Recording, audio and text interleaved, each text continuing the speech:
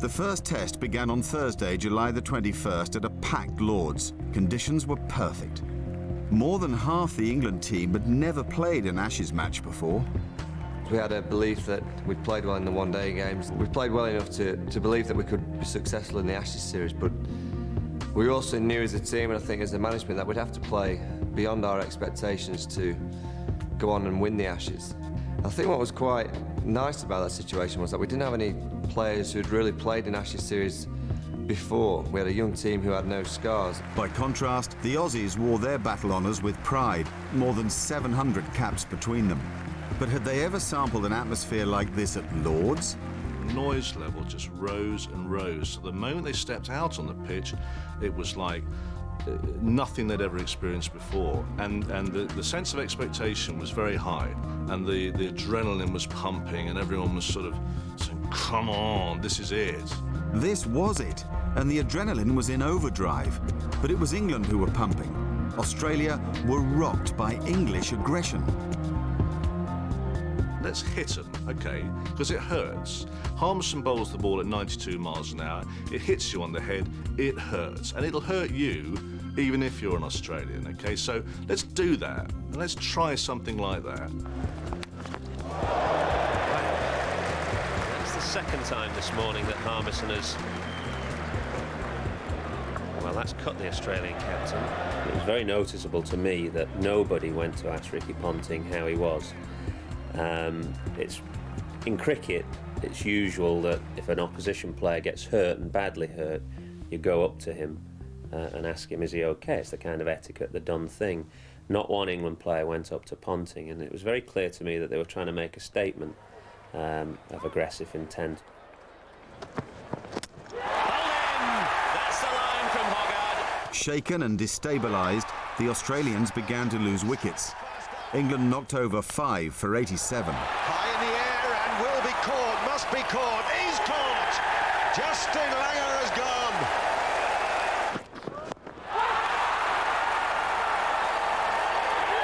Yes, it's the very slow raising of the finger.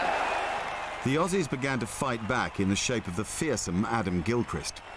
I describe him as the sort of samurai sword of the Australian team. You know, they've all got flashing blades, and he's the one with the really big blade that's going to come and sever the head kind of at number 7 and kill you off. Crunch.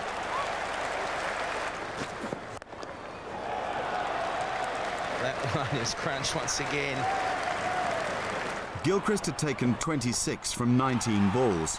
He was challenging Flintoff head-on, and then... We targeted the fact that we thought Gilchrist may struggle against him.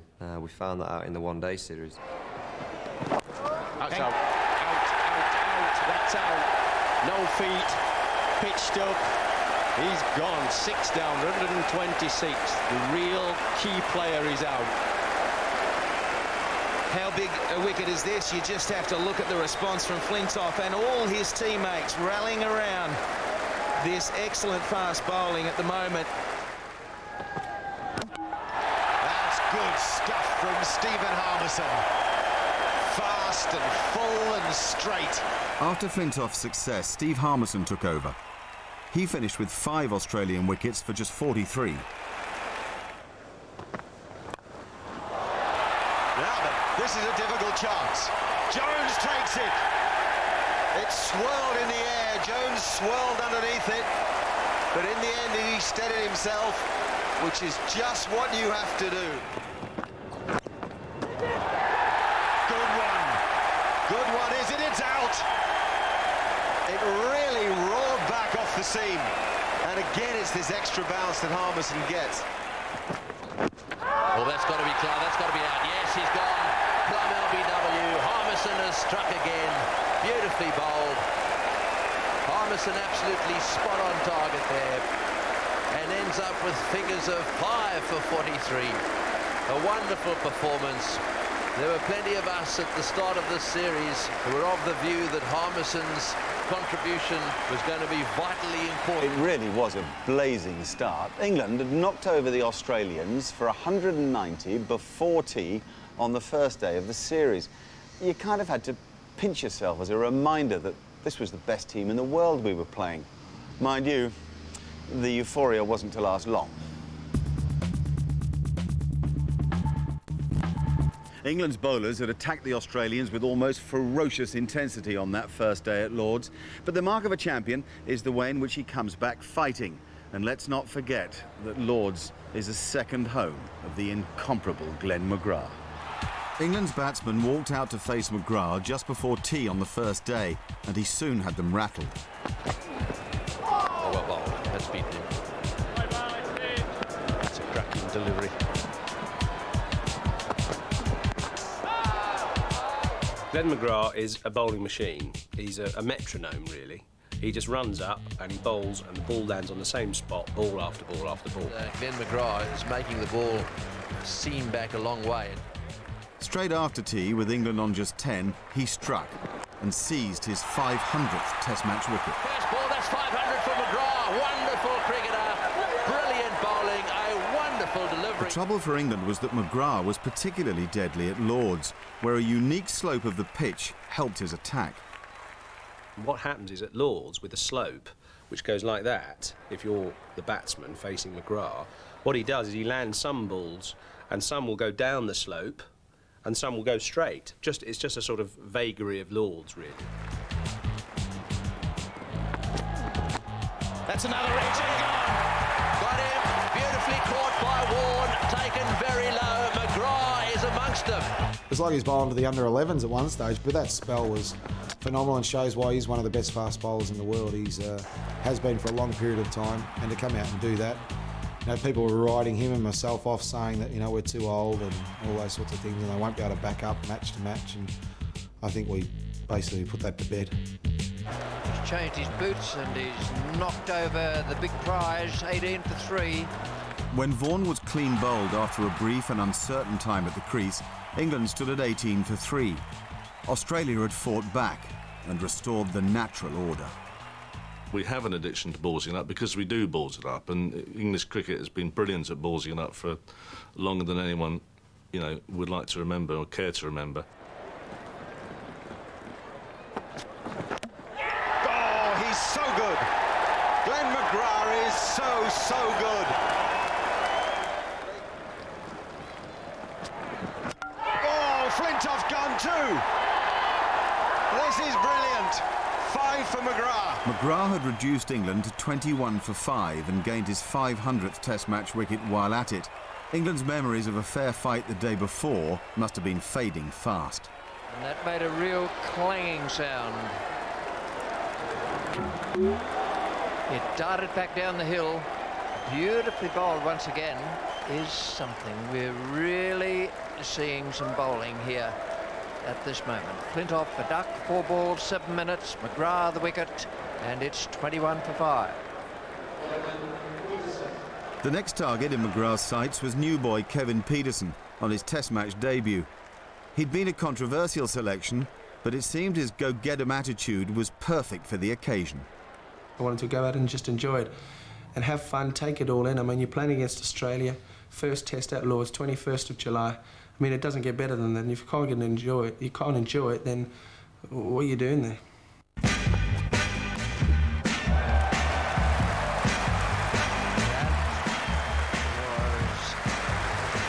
That was very good strike.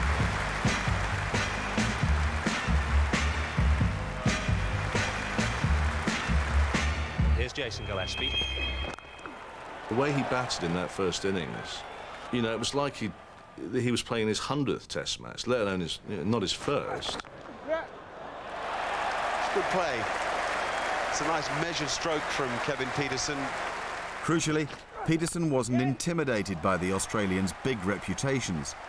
I don't care who's bowling at me. You've got to concentrate on the ball. That's what you've got to hit. You're not hitting McGrath, you're not hitting Warne. You're playing the ball. It's bat on ball. It's not And that'll man run on away man. quickly as well. I think it's just a mental toughness you just got to get through, and you've got to focus on the job to do. Runs for Pietersen. Gillespie just straying a little bit too straight.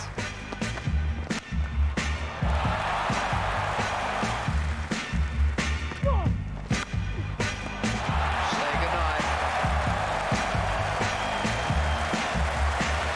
Not everybody say goodbye.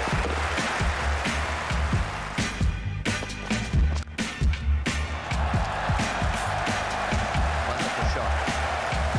50 up for Pietersen. century in his debut Test match. He's got all the talent in the world, Kevin Pietersen.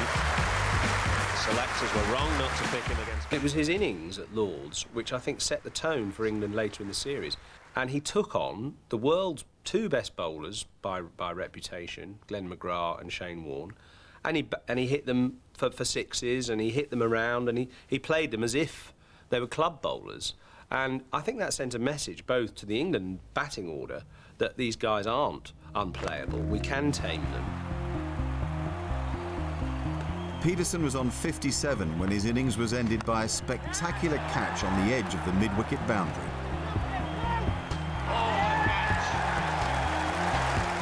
Gosh, that's a great catch.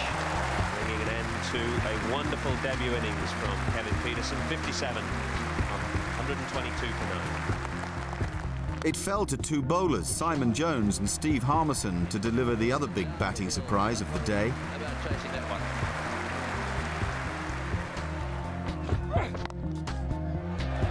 Finds the gap, 4 runs.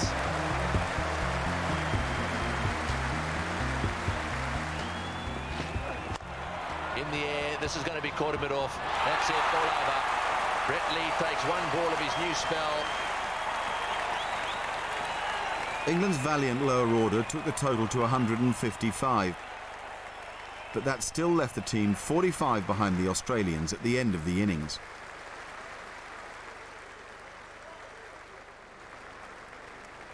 When England came out to bowl, it was crucial they took the game head on. But Australia was still looking dominant. Lovely, lovely shot. Just easy as you like. No bludgeoning there. That's a beauty. That's where Giles can get himself into trouble. That's the first ball he's bowled that's been short. England's spin bowler Ashley Giles was brought on for a spell, but he quickly proved too expensive. He's going after the spinners again. He's not going to let Ashley Giles settle.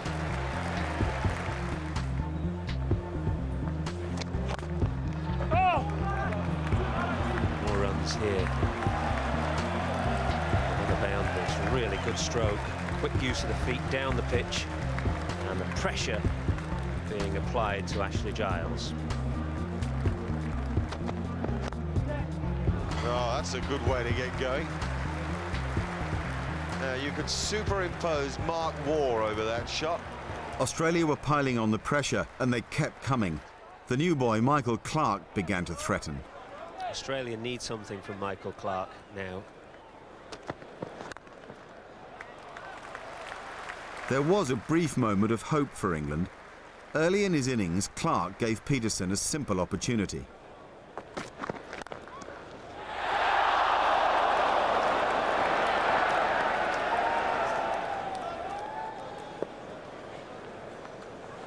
Simon Jones, first ball of his second or third spell. He'd back off the back foot, hit it straight to me at cover. Saw the ball all the way, and I was still baffled how I dropped it. I don't know, there's all these theories that people like to say about me being overexcited, walking a bit too quick, and just taken with the whole situation and just so basically just overexcited. But no, I'm not. I don't fall for it. I've just been like that all the time, and I've got a pretty good pair of hands. So no, I don't. There's no excuses, no reasons. What you'd say about Pietersen is he's an effervescent kind of electric kind of character. But the downside is if you've got electric hands, they're not so good for catching. And what he needs to do, I think, is kind of somehow take Night Nurse or Valium or something before he fields. So he's a bit more relaxed for catching, because that drop of Michael Clarke on 21 at Lord's in the second innings, Australia, was vital.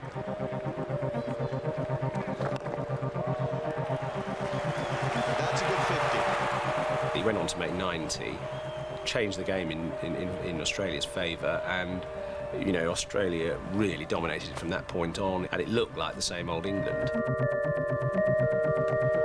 Here's Harmison with a new ball. And there's Katic with a cracking full stroke. Dropped it. Was it luck or was it nerves? Either way, things weren't going right for England, and Australia began to look more like their old selves. 4. 3. opportunity arrives for the Australians.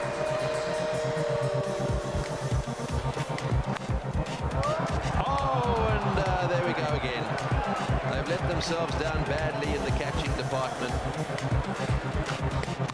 Oh, he didn't know anything about that one. Got him, no, dropped him. This is unbelievable. It's on the hand, that's nasty. It's on the right one as well.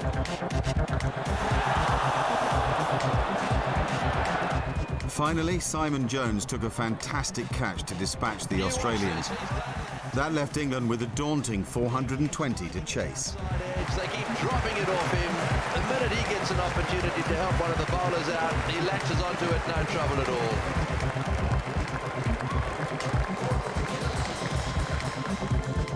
And on the afternoon of the third day, things got worse for England. He's called Shane Warne, and arguably, he's the greatest spin bowler of all time.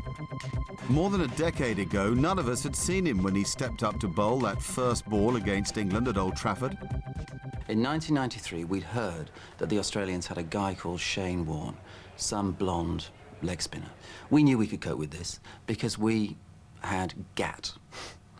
Mike Gatting had murdered every leg spinner in county and test cricket for the preceding decade. Warne ran up to bowl the first ball. Gatting, from seeing it on middle stump, suddenly sees it on leg stump, opens up. It hit the pitch, turned, spun miles across him and hit the top of off stump. Gatting didn't believe it. The delivery was one of the most famous balls in Test match cricket, and Warne wasn't going to let us forget it at Lord's. That is out, surely. Did it? Well, he's looking at his bat. Perhaps it did hit the bat. That's out.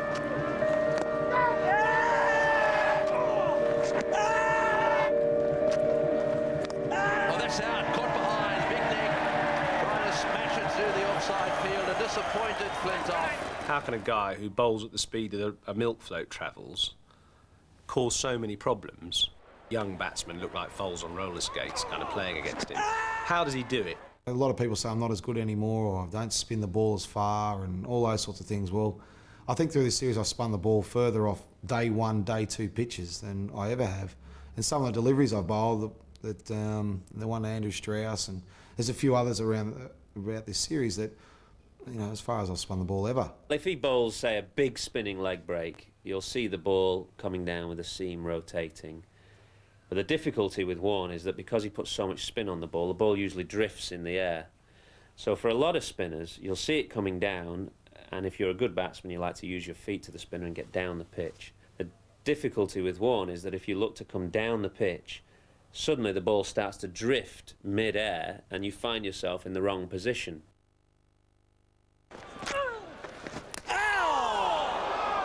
Missed by a whisker.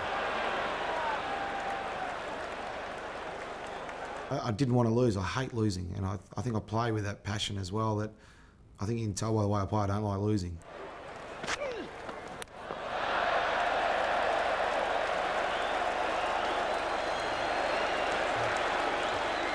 Big smiles all round there. It wasn't a bad bouncer, actually.